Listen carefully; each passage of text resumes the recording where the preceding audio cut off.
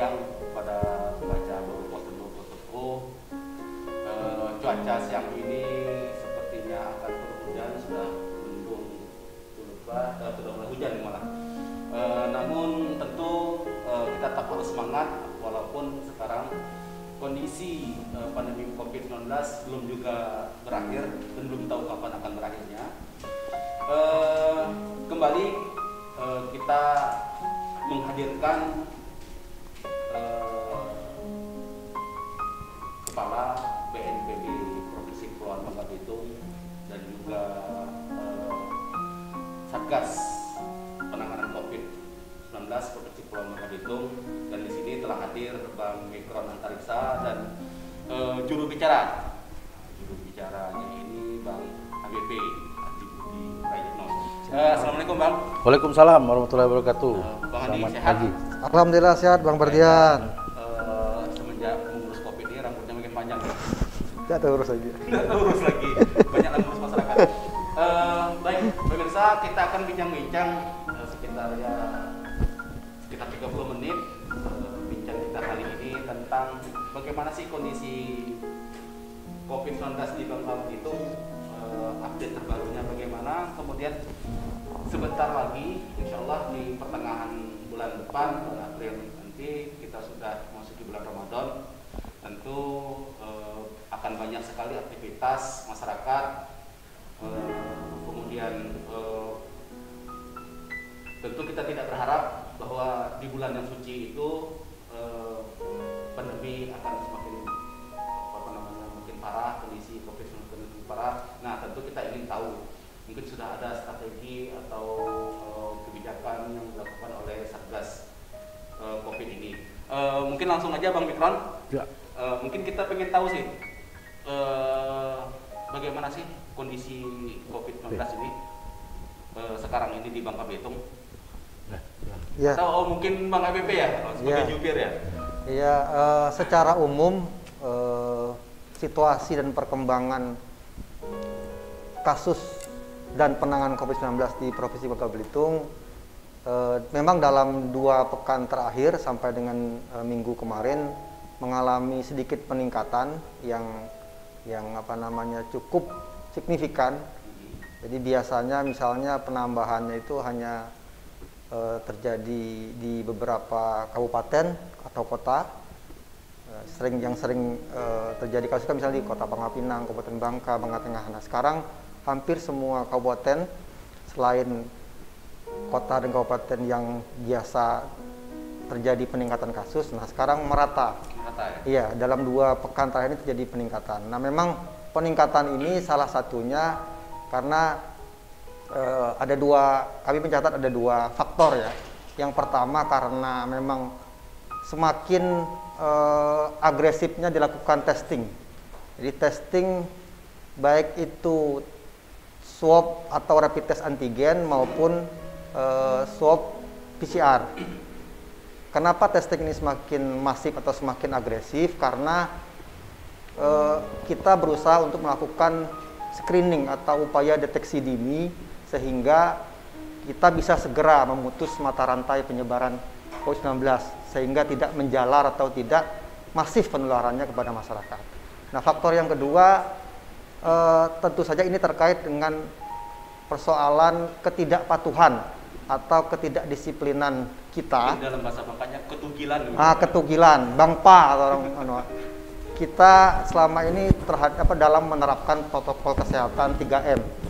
Karena rumus dari strategi penanganan COVID-19 ini kan pertama adalah dilakukannya 3M, protokol kesehatan 3M, memakai masker ketika kita berinteraksi dengan orang lain, terutama apalagi ketika kita berada di luar, ya, berinteraksi dengan orang lain di luar. Kemudian menjaga jarak dan mencuci tangan dengan sabun di air yang mengalir. Nah, berdasarkan monitoring kepatuhan protokol kesehatan oleh pusat di Bangka Belitung, ada sekitar 45 titik di seluruh Provinsi Bangka Belitung yang dipantau.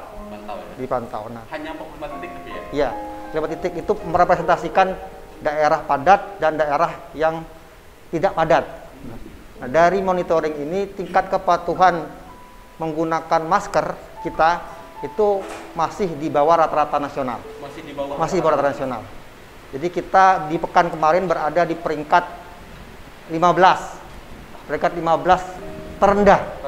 Terendah artinya kepatuhannya masih belum di atas nasional tuh di atas 85%. Kita masih di bawah 85%. Lalu kepatuhan dalam menjaga jarak. Nah, ini memang agak sulit. Ini sangat rendah. Bisa dibilang sangat, karena di bawah 76%.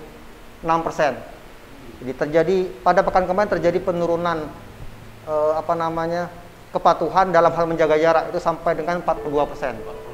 Nah, jadi memang perlu terus disosialisasikan maupun penerapan soal 3M ini harus betul-betul menjadi kebiasaan kita sehari-hari.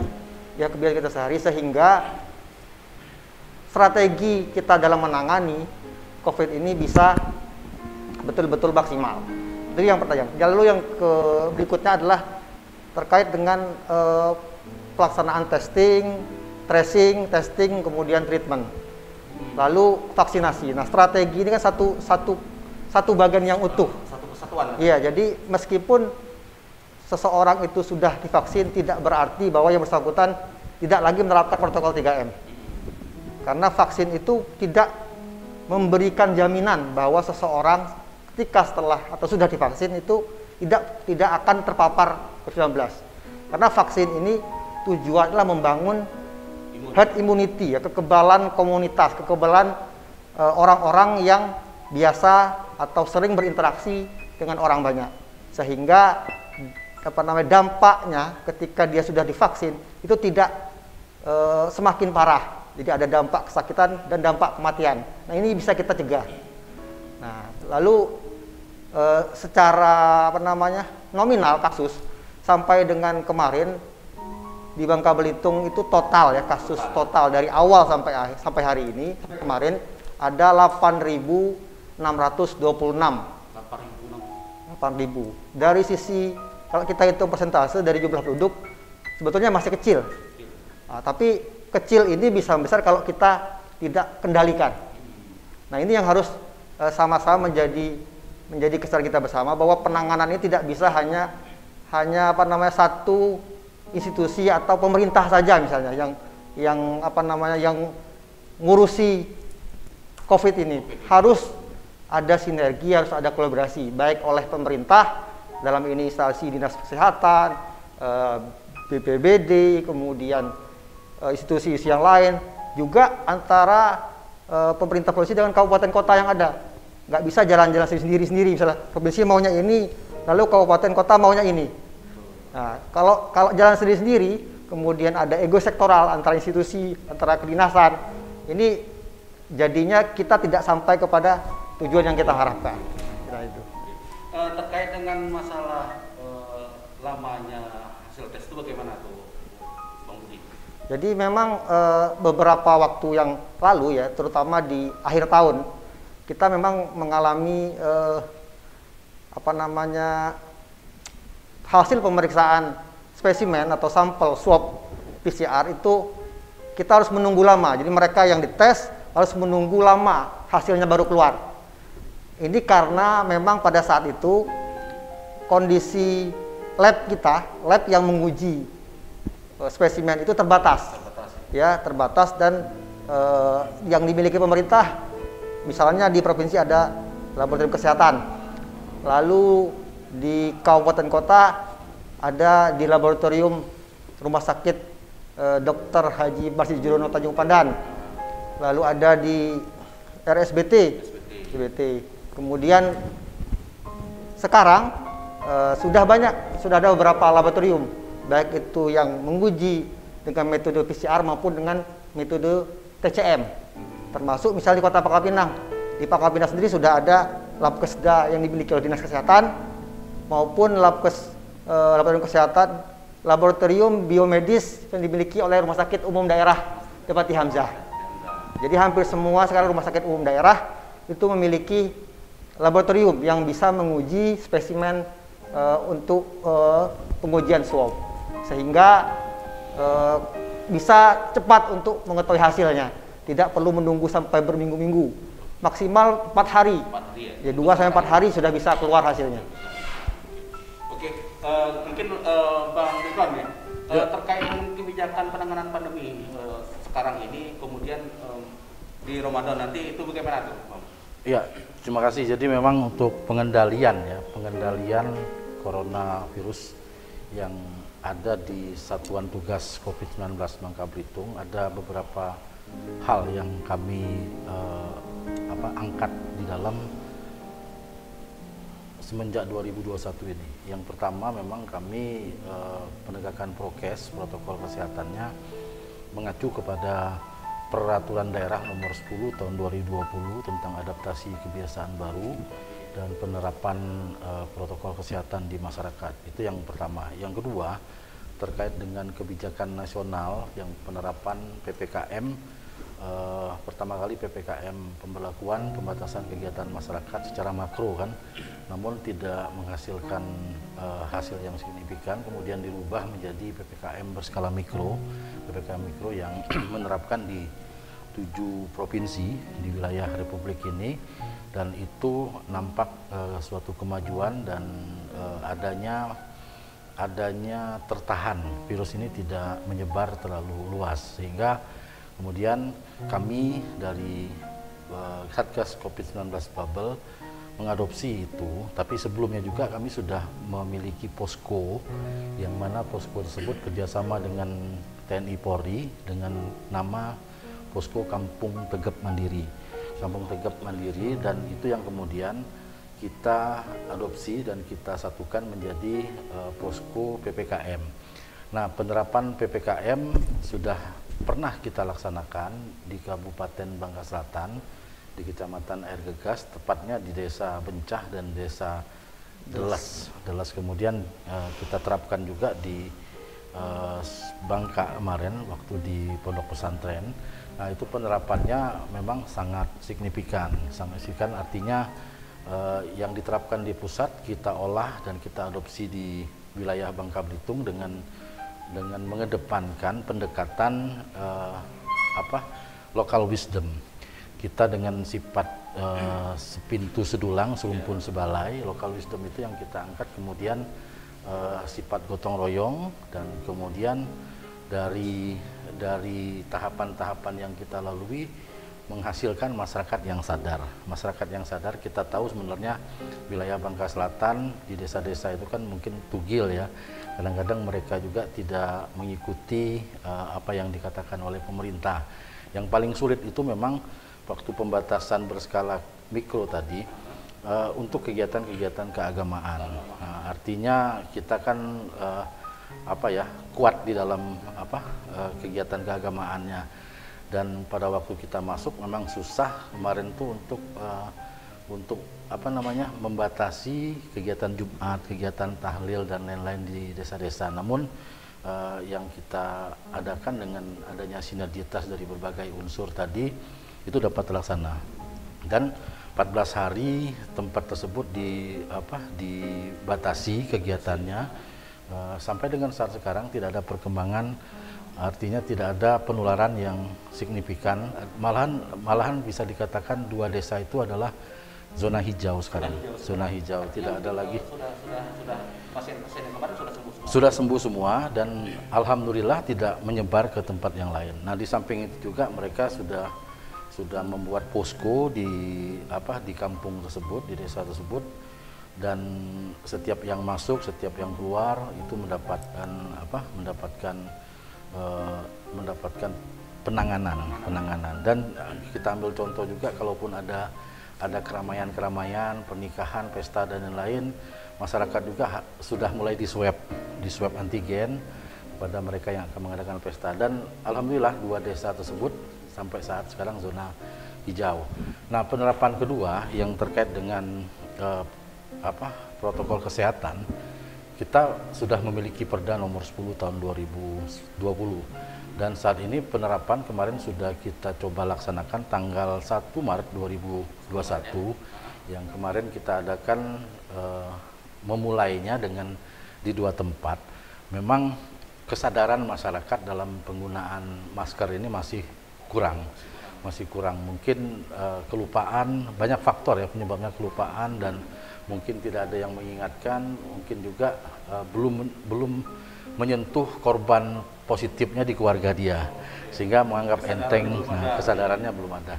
Jadi 3M itu adalah pendekatan kepada masyarakat yang dilakukan oleh masyarakat, 3T itu yang dilakukan oleh pemerintah. Jadi dua hal program ini, 3M masyarakat yang lebih aktif, yang kemudian 3T pemerintah yang lebih aktif, dan dua hal itu yang melihat kinerjanya bukan dari sisi berkurang, tapi semakin bertambah yang positif, itu suatu hal yang baik. Suatu hal yang baik artinya sudah dideteksi sejak awal. Itu kalau melihatnya dari versi 3T artinya dideteksi sejak awal. Corona ini tidak tampak di masyarakat. Yang kita takuti itu apabila dia tidak terdeteksi kemudian pulang ke rumah menyebarkan kepada masyarakat yang memiliki daya tahan tubuh yang kurang, kemudian memiliki komorbid, sehingga tingkat kematian, tingkat kesakitan itu akan tinggi akibatnya. Nah, itu informasinya tadi katanya tingkat kematian kita juga memang makin meningkat sebenarnya. Iya, tingkat kematian kita meningkat itu berbagai faktor ya. Salah satunya adalah memang kayak di Belitung dan Belitung Timur terutama sekali, itu karena tidak memiliki wisma karantina sehingga dilakukan isolasi mandiri, dan itu mengakibatkan tidak terpantau. Sebenarnya tugas memantau adalah tugas Puskesmas untuk memantau positifnya di masyarakat. Itu Belitung itu tertinggi kedua isolasi mandirinya setelah Pangkal Pinang, kemudian Belitung Timur 120 orang kalau nggak salah saya yang aktifnya, dan saat ini mereka melakukan isolasi mandiri. Nah, hal ini yang sebenarnya langkah yang paling konkret untuk mengatasi itu adalah dibentuknya posko. Posko itu kan jadi tempatnya bergabung para petugas. Apabila ada yang positif kemudian dibahas oleh posko, ini tugasnya untuk memantau, sehingga memang pelayanan kita lebih terjangkau. Kalau sekarang kita hanya mengandalkan kawan-kawan dari nakes saja, mungkin tenaga mereka terkuras, apalagi ditambah dengan tugas vaksin ini kan, sehingga memang harus ada posko di tingkat desa-desa yang kita namakan. Bukankah di awal-awal COVID sudah ada posko dengan tenda putih itu, Bang? Betul sudah ada posko dibentuk, tapi kan karena landai, kemudian mengakibatkan mereka sudah poskonya dihilangkan. Nah, sekarang poskonya kita mulai meningkat lagi, kemudian baru dibuat lagi dan mesti aktif lagi, tapi di berbagai tempat sudah mulai aktif. Nah, kami mengedepankan juga programnya untuk lebih memperketat ya. Salah satu untuk menghadapi Lebaran ini, kami minta untuk kampung-kampung yang berbatasan dengan daerah yang zona merah, misalnya kayak di Bangka yang berbatasan dengan Bangka Barat, Blinyu itu kan tingkat positifnya tinggi, positif rate-nya. Sehingga kami minta desa-desa yang dari Bangka Barat yang berbatasan langsung dengan Blinyu tadi untuk Baki, Jebus dan lain-lain, itu untuk membuat posko-posko yang memperketat mobilitas masyarakat dan untuk menanganinya gitu. Mungkin di daerah Pangkalan Baru itu poskonya harus ketat karena orang-orang dari Pangkal Pinang, mungkin KC, mungkin Balon Ijuk, daerah-daerah yang seputaran kota tadi yang notabene tinggi saat ini, itu harus dibentuk posko dan perketat pencegahannya seperti itu. Nah, hal ini yang mungkin akan kita lakukan menjelang Ramadan dan Idul Fitri ini. Artinya kita sudah harus menekankan posko itu bergerak, dan posko itu juga bisa menindak artinya bisa menindak karena kita sudah memiliki Perda nomor 10 tahun 2020 tadi. Nah, itu sudah diamanatkan dalam peraturan perundang-undangannya, dan tidak masalah Satgas di tingkat desa itu bisa melakukan tindakan kepada masyarakat. Di samping itu juga sosialisasi edukasi melalui media itu hal yang paling ampuh sebenarnya kan, karena masyarakat kita ini kan sering membaca walaupun sering lupa gitu kan. Paling on fire-nya tuh terus-menerus. paling on fire-nya tuh kan 2 hari 3 hari. Jadi mesti sering kita kumandangkan sebagai salah satu cara untuk mengingatkan kembali, Harus doktrinisasi terkait betul, 3M itu yang betul. harus Karena bukan. biasanya kan setelah 3 hari sudah lupa berita itu, karena ada berita baru. Sehingga intensitas yang harus kita sering masukkan di dalam media itu. Nah, kami juga memang ada kekurangannya. Sampai dengan saat ini kami belum diakomodir untuk penganggaran publikasi tadi. Belum diakomodir untuk kegiatan-kegiatan Satgas karena memang mungkin banyak hal ya, terutama mungkin masih menunggu refocusing dana yang kebijakannya 8% dari DAU ya. Tapi itu juga masih menunggu dan sampai sekarang juga kami masih belum jor-joran gitu kan dengan kawan-kawan di media untuk mempublikasi itu karena kami pikir efektif, efisien. Apalagi kita itu masyarakat Bangka itu kan terkenal cerudinya. Cerudi walaupun sering lupa, tapi cerudinya itu yang kita apa namanya? Itu satu hal yang positif ya. Nah, cerudi ya. Apa kata ya? Dek kawan nyusah atau dek kawan nyusah. Tapi kalau kita sering jor-joran, kadang-kadang juga kita harus munculkan bad news ya. Bad news kadang-kadang yang menjadi perhatian pada mereka dengan efek samping yang mengakibatkan mereka sadar seperti itu. Gitu. Kalau di awal-awal COVID tahun kemarin itu kan kita lebih pada ketakutan yang luar biasa, ngeri kita bagaimanapun segala macam kan semuanya ya semua bersatu lah gitu kan, walaupun mungkin dengan cara masing-masing ya, tetapi makin kesini ternyata orang makin menganggap seperti kayak penyakit biasa, seperti dulu kan ada flu burung misalnya, orang ketakutan tapi saat ini udah nggak takut lagi, Bang. Mungkin kita di daerah mana sih sebenarnya tingkat kepatuhan yang tinggi, paling tinggi, Bang Budi kan? Iya. Kalau di provinsi Kepulauan Bangka Belitung, memang kalau secara kalau kita bagi berdasarkan zona kabupaten kota, yang relatif tingkat kepatuhannya agak lumayan ya, dari 7 kabupaten kota itu Bangka Barat. Bangka Barat ya. Dari titik yang dipantau itu Bangka Barat, lalu Kabupaten Bangka. Memang yang tingkat kepatuhannya masih rendah ini di Kota Bangka Pinang, lalu di Bangka Selatan, termasuk di Pulau Belitung. Jadi masih di bawah Bangka Barat isinya. Tapi nggak ada korelasinya antara banyaknya warkop dengan tingkat kepatuhan tuh, ada nggak kira-kira tuh? Bisa jadi itu. Tapi yang jelas bahwa kepatuhan dalam menerapkan protokol kesehatan 3M ini itu berdampak atau punya implikasi terhadap kasus ya. Contohnya misalnya ketika kita lakukan operasi justisi protokol disiplin, kita lakukan razia. Nah, kemudian masyarakat mungkin terpaksa atau ada kesadaran, lalu kemana-mana kita lihat banyak yang menggunakan masker, kemudian agak lumayan waspada, hati-hati ketika dalam berkerumun, menjaga jarak. Nah, kasus di Bangka Belitung turun. Artinya memang ada korelasi ya dengan penerapan protokol tadi. Ada dua, tadi saya bilang di awal, faktor penerapan protokol dan testing. Nah, penerapan protokol yang disiplin ini itu berdampak aplikasi terhadap terpaparnya orang. Karena sampai hari ini kita tahu bahwa tidak ada obat yang bisa menyembuhkan atau yang bisa menangkal orang dari COVID-19, dari virus corona ini. Vaksin hanya bagian dari ikhtiar untuk membangun kekebalan, bukan untuk menolak atau melawan virus corona untuk masuk ke kita supaya kita kena. Jadi salah satu ya kalau bisa dibilang vaksin yang paling mujarab hari ini adalah ya protokol 3M itu. Murah, mudah, sederhana. Berarti harus 6M dong. 6M. Oh, iya. 5M 1S. Sederhana. Murah. Jadi bagi saya mau nambahkan tadi kata yang disampaikan oleh Pak Mikron tadi kan terkait dengan memang fasilitas wisma karantina atau wisma isolasi yang inisiasi atau difasilitasi oleh pemerintah. Pada awalnya provinsi mengambil alih tanggung jawab terhadap semua orang yang terpapar. Kita lakukan isolasi mereka semua.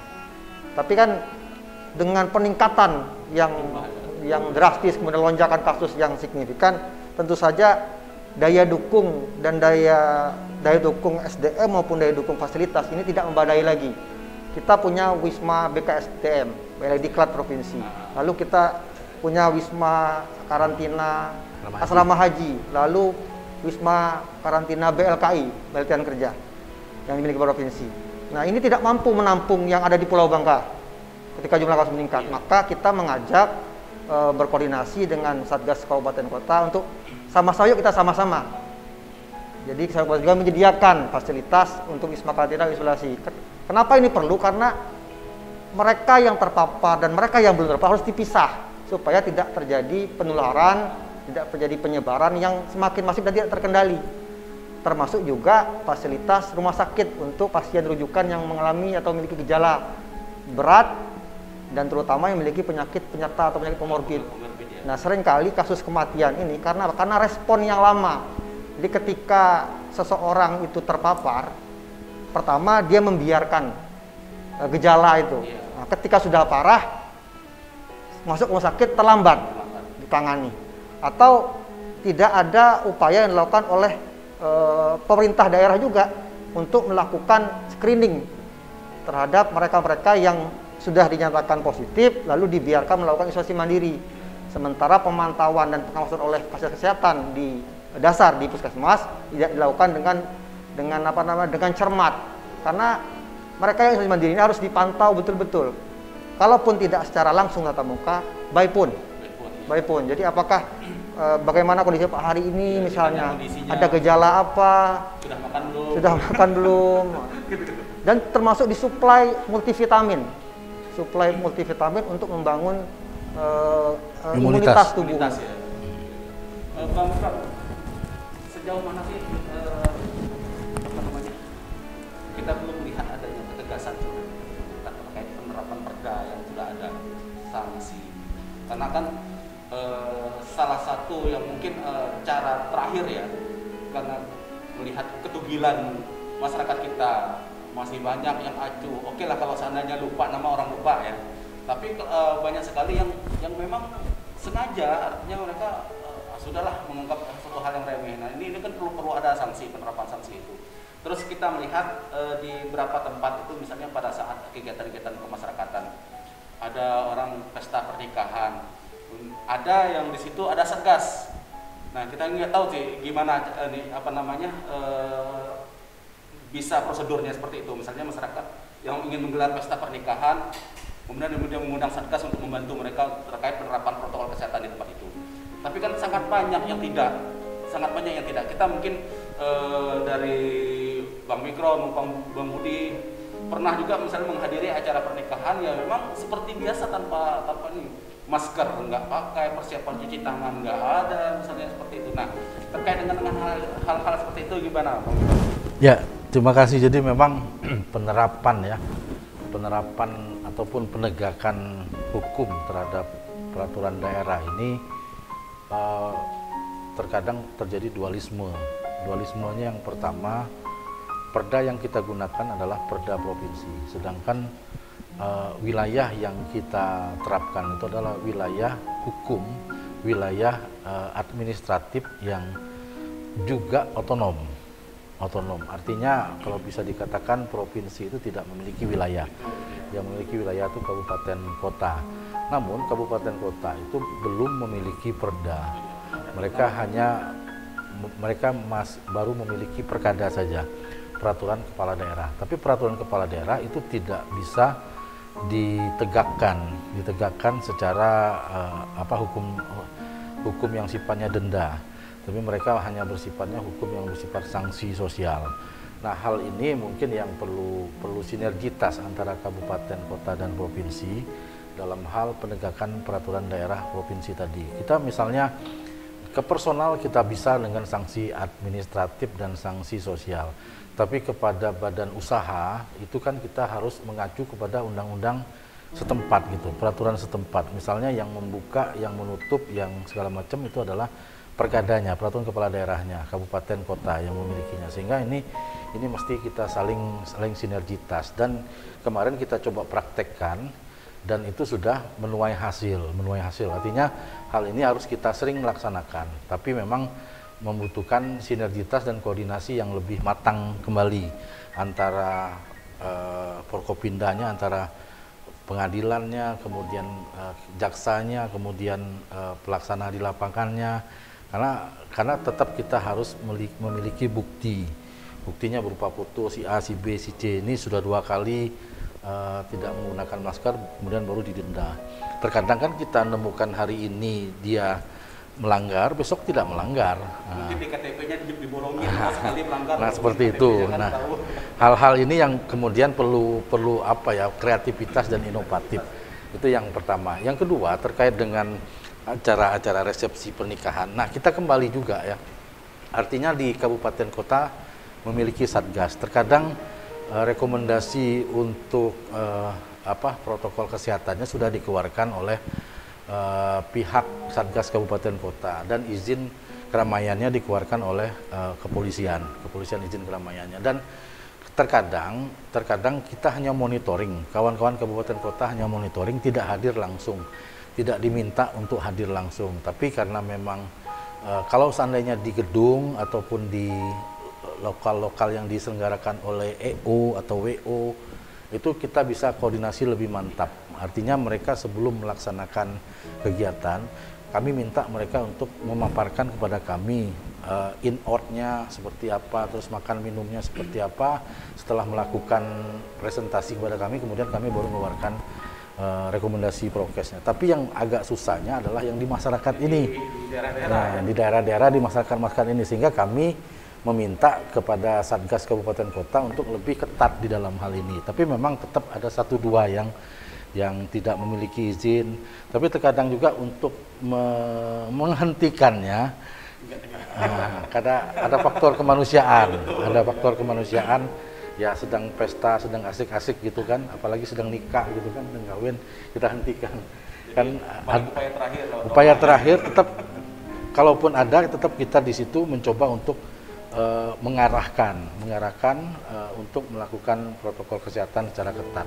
Nah, ini yang kami rasa ya harus dikumandangkan terus kepada masyarakat. Sebenarnya kita tidak ada istilah menghalangi ataupun tidak mengizinkan kegiatan-kegiatan di masyarakat. Kita silakan melakukan aktivitas dan kegiatan-kegiatan keramaian, tapi dengan ketentuan. Nah, ketentuannya salah satunya adalah membatasi jumlah penonton ataupun peserta ataupun undangan, kemudian juga memperpendek durasi. Kadang-kadang kan kalau pesta di Bangkanya 7 hari 7 malam gitu kan, dari pagi sampai malam. Nah, kita paling maksimal kita memberikan jamnya hanya 2 jam, setelah itu bubar, 2 jam setelah bubar. Tapi kadang-kadang ya di kita ini kan kebiasaannya yang harus kita rubah. Dan itu tadi salah satu caranya adalah sering jor-joran ke media-media, sering jor-joran ke pelaku tokoh-tokoh agama, tokoh masyarakat. Bila perlu kami itu kan menginginkan setiap Jumat itu khotbahnya itu ya tentang pandemi ini, tentang cara-cara ini. Atau setiap Jumatnya. Misalnya masalah protokol 3M ya. 3M seperti itu kan, sehingga secara masif kita melakukan pencegahan dan penanganan ini. Nah, ini tentu saja harus didukung dengan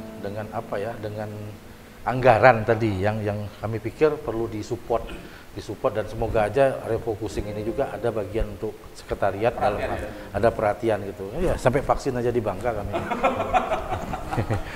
Tadi vaksin di Bangka? Ya, barusan vaksin tadi di Bangka. Kenapa di kantor ya? Atau tapi mungkin ditahan dulu. Saya pengen tahu sedikit tentang kita ini kan sekarang ini sudah mulai nih. Pembelajaran tatap muka sudah mulai, kita sudah melihat anak-anak berseragam lagi dengan muka yang ceria, dengan baju yang terlihat baru seperti itu kan, mungkin sudah hampir 1 tahun nggak dipakai bajunya kan. Nah, itu gimana Bang kalau dari kacamata Satgas BNPB terkait dengan pembelajaran tatap muka ini? Ya, nanti secara global akan disampaikan oleh Pak ABP, namun memang sekolah tatap muka itu kan sebenarnya adalah harus dihindari itu yang sifatnya asrama.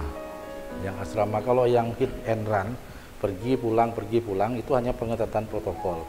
Nah, kita kan sudah banyak kejadian ini yang asrama ini, kayak pondok, ya kemarin pondok pesantren di Bangka, kemudian pondok pesantren di Belitung, kemudian ada sekolah gereja ya kemarin di Pangkal Pinang juga, kemudian ada panti asuhan yang sifatnya asrama yang menetap.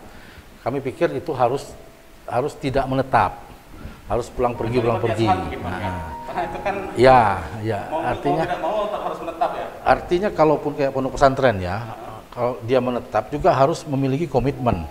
Komitmen tuh artinya kalau semua nginap, yang nginap, termasuk gurunya, termasuk juga tukang masaknya atau laundrynya segala macam harus include. Misalnya selama 6 bulan kemudian pre kan, nah, ataupun 3 bulan kemudian pre.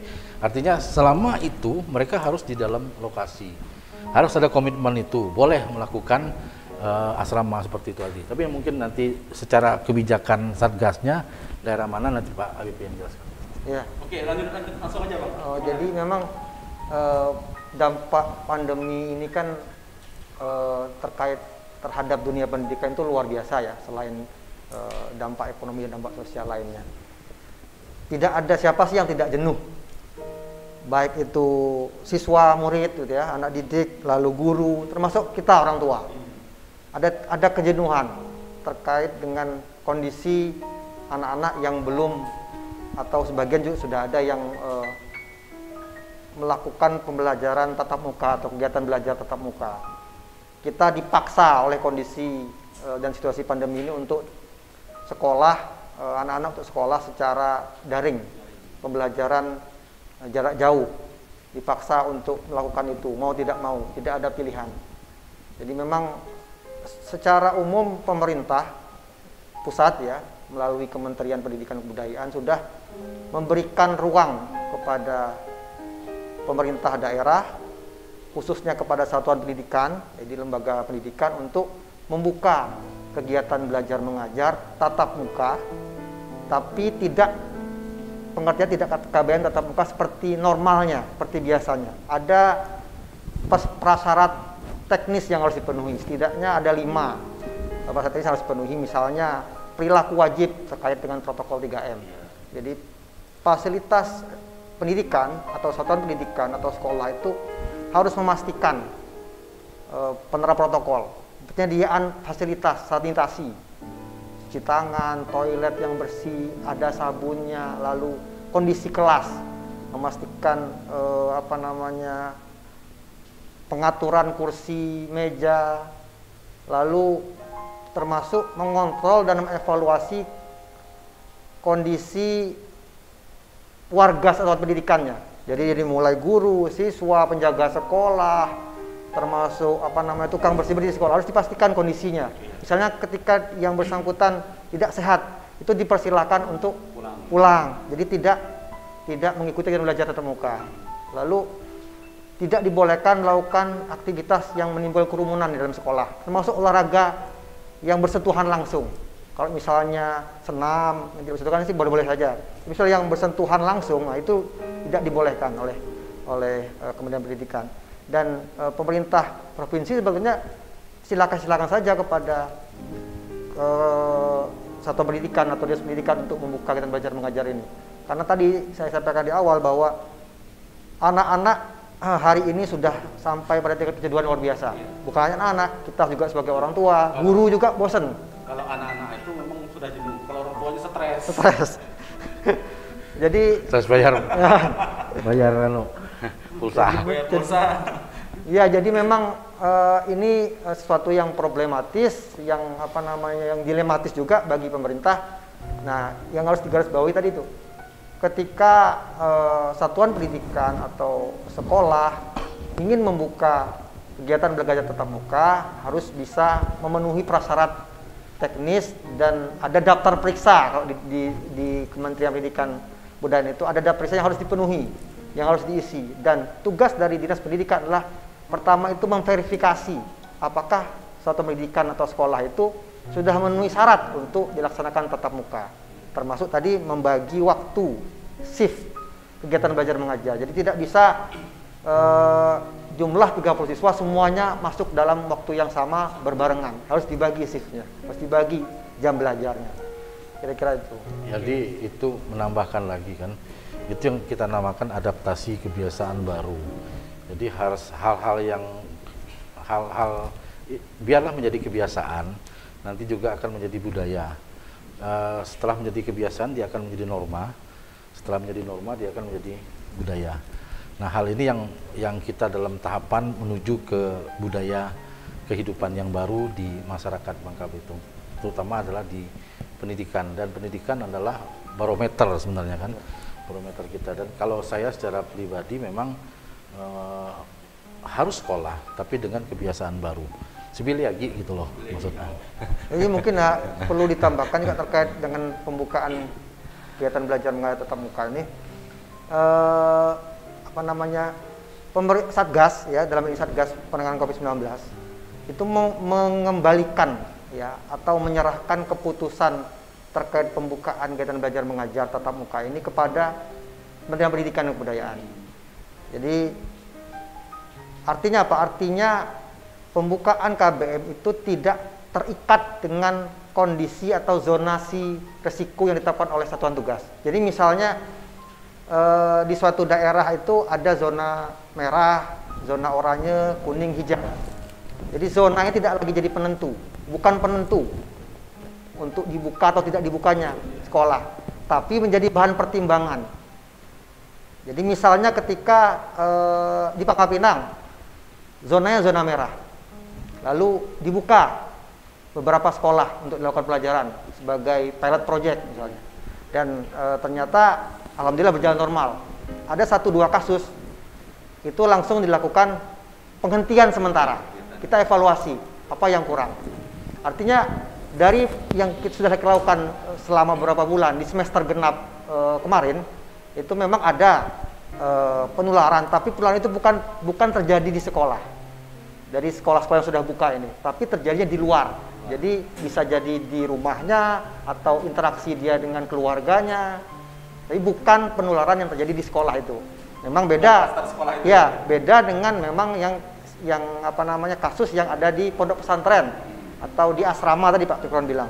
Jadi memang ini agak sulit juga, apalagi kondisi pesantren ini kan jumlahnya sangat besar ya, bisa sampai ratusan orang berinteraksi secara bersama-sama dalam satu lingkungan.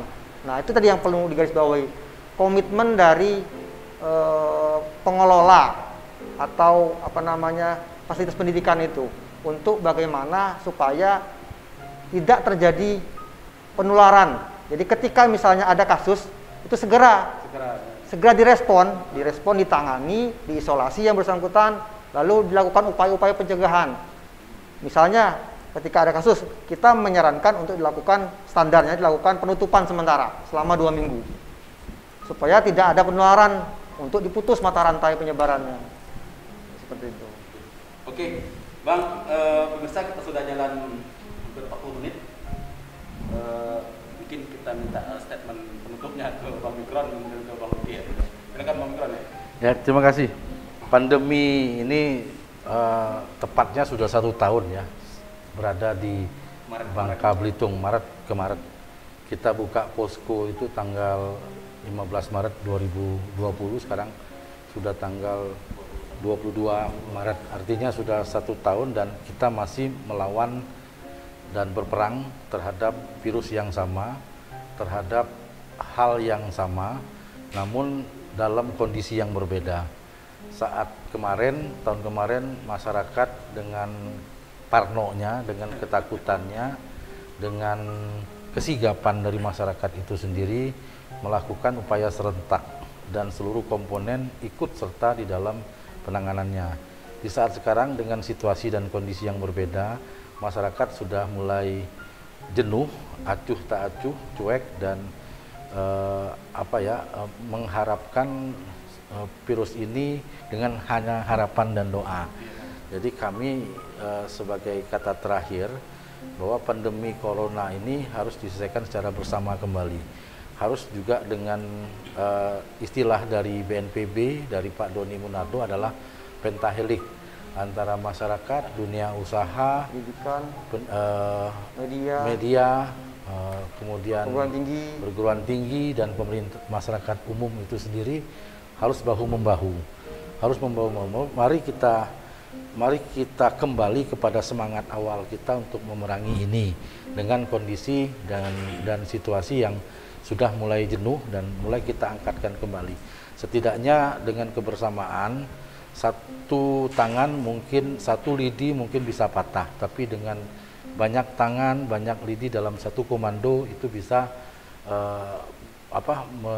menanggulangi pandemi ini. Dan kami pikir segala sesuatu yang datangnya dari Allah, dari Subhanahu wa Ta'ala, itu pasti akan ada batas akhirnya. Sabar saja dan hadapi saja dengan kondisi kita yang yang dengan kerangka berpikir kita yang positif.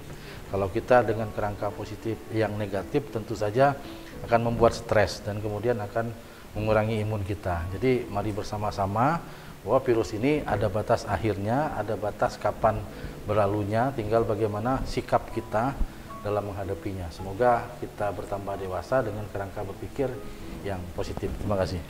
Silakan ya, pandemi COVID-19 ini adalah bencana, dan lebih tepatnya bencana non alam. Bencana non alam yang bukan hanya melanda Pangkal Pinang, bukan hanya melanda Tobuali, bukan hanya melanda Mentok, bukan hanya melanda Provinsi Bangka Belitung, bukan hanya melanda Indonesia, tapi seluruh negara di dunia, hampir seluruh negara di dunia. Artinya apa? Artinya memang ini menjadi masalah, bencana ini menjadi musibah yang yang menerpa, yang melanda dunia, dan kita semua merasakannya. Tidak ada seorang pun yang punya pengalaman, tidak ada negara manapun yang punya pengalaman. Bahkan negara adidaya sebesar Amerika, Jerman, Inggris itu tidak mampu, kewalahan menangani COVID-19 ini. Itu artinya apa? Perlu kerja bersama, perlu kolaborasi, perlu sinergitas dalam menangani, terutama dalam mengendalikan COVID-19. Pengendalian itu kan harus ada ikhtiar, tidak hanya dari pemangku kepentingan dan tidak hanya dari pengambil kebijakan dalam pemerintah, tapi juga dari masyarakat. Karena yang diurus oleh pemerintah juga adalah masyarakat, dan masyarakat ketika menjadi bagian dari penanggulangan COVID-19 ini, menjadi bagian dari pengendali COVID-19 ini, maka dia bukan hanya menjaga orang lain, tapi menjaga dirinya sendiri. Jangan atau tidak perlu menunggu kita terpapar, keluarga kita terpapar, orang tua kita terpapar, bahkan sampai kepada kematian untuk sadar, untuk tahu bahwa virus corona ini nyata. Dan negara sudah hadir, pemerintah hadir. Misalnya tidak hanya dengan melakukan testing, tracing, dan treatment, tapi juga dengan mengikhtiarkan upaya vaksin. Vaksin COVID adalah bagian dari ikhtiar, bagian upaya kita sebagai manusia supaya kita tidak mudah sakit, tidak mudah sampai meninggal ketika terpapar virus corona ini. Nah, sekali lagi yang terakhir, tidak bosan-bosannya kami menghimbau kepada masyarakat, mari kita dengan penuh kesadaran dan penuh kedisiplinan menerapkan protokol kesehatan 3M dalam kehidupan sehari-hari, dan juga peran tokoh agama untuk memberikan pengetahuan, memberikan ketenangan kepada masyarakat terkait dengan virus corona ini. Jangan justru kemudian kita menakut-nakuti atau menyebarkan informasi yang menyeramkan, yang menakutkan. Dan karena ini adalah bencana non alam dan bencana dunia yang melanda kita semua, jangan sampai ada lagi stigma negatif kepada mereka yang terpapar. Justru yang dilakukan adalah bagaimana kita memberikan kenyamanan dengan memberikan motivasi, memberikan support agar yang bersangkutan cepat sehat kembali, cepat sembuh, dan kita juga menjaga imunitas, menjaga daya tahan tubuh kita dengan protokol 3M, dengan berolahraga dan upaya-upaya lain supaya tetap tangguh. Oke, terima kasih Bang Mikron, Bang Budi atas kesediaannya hadir di sini, sudah memberikan pencerahan kepada segenap masyarakat Bangka Belitung. Tentu seperti disampaikan Bang Mikron, Bang Budi, bahwa untuk menangani COVID ini butuh komitmen bersama, tidak hanya dari pemerintah, Tapi yang paling penting adalah dari masyarakat dengan penerapan, dengan disiplin dalam menerapkan protokol kesehatan. Kepada segenap pembaca Baru Pos, seperti disampaikan Bang Mikron dan Bang Budi, kita berharap bahwa pandemi ini akan segera berakhir. Vaksin adalah suatu harapan, tetapi penerapan 3M suatu hal yang mutlak kita lakukan. Demikian dari kami. Saya Bardian dan kru yang bertugas saat ini menyampaikan terima kasih. Wassalamualaikum warahmatullahi wabarakatuh. Waalaikumsalam. Salam tangguh.